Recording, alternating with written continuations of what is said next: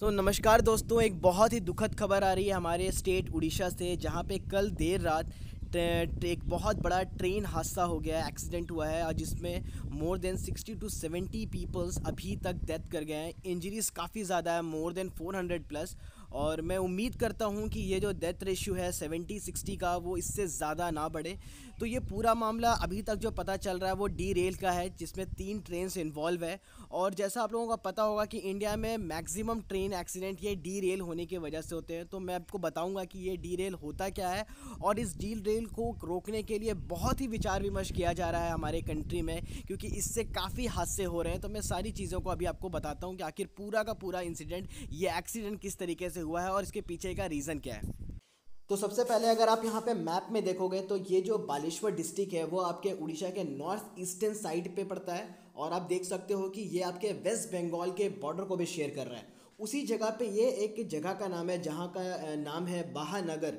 बाहानगर, और वहाँ पे ये 3 वे एक्सीडेंट हुआ है। तो मैं बता दूं कि कौन कौन से ट्रेन इन्वॉल्व है। सबसे पहले आपका बेंगलुरु सुपर फास्ट एक्सप्रेस, उसके बाद कोरोमंडल एक्सप्रेस, और साथ साथ गुड्स ट्रेन यानी कि मालगाड़ी, ये तीनों ट्रेन के बीच में टक्कर हुई है। तो समझते हैं कि इस पूरा का पूरा एक्सीडेंट कैसे हुआ और आखिर क्या वजह बना कि यहाँ पे 3 ट्रेन इन्वॉल्व हो गई इस एक्सीडेंट में।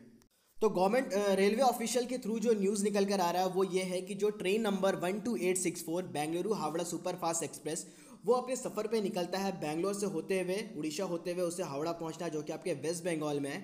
तो वहाँ पे जो आपका मैंने डिस्ट्रिक्ट का नाम बताया बालेश्वर, वहाँ पे आपका एक स्टेशन है जिसका नाम है बाहानगर। वहाँ पे उस स्टेशन से कुछ दूर पहले ये रेल आपका ट्रेन क्या होता है, डी रेल हो जाता है, मतलब ये अपने पटरी से उतर जाता है, जिसके वजह से इसके 3-4 कोचेस बोगी वो क्या होते हैं, वो बाहर निकल जाते हैं, ट्रैक से निकल जाते हैं और वो एक के ऊपर एक आ जाते हैं। तो क्योंकि ये अपने पटरी को छोड़कर बाहर निकल गया है, डीरेल हो गया है, तो इसके बोगीज अगेन जाकर हिट करते हैं, कोलिजन हो जाता है दूसरे ट्रेन जिसका नंबर है 12845 यानी कि कोरोमंडल एक्सप्रेस से।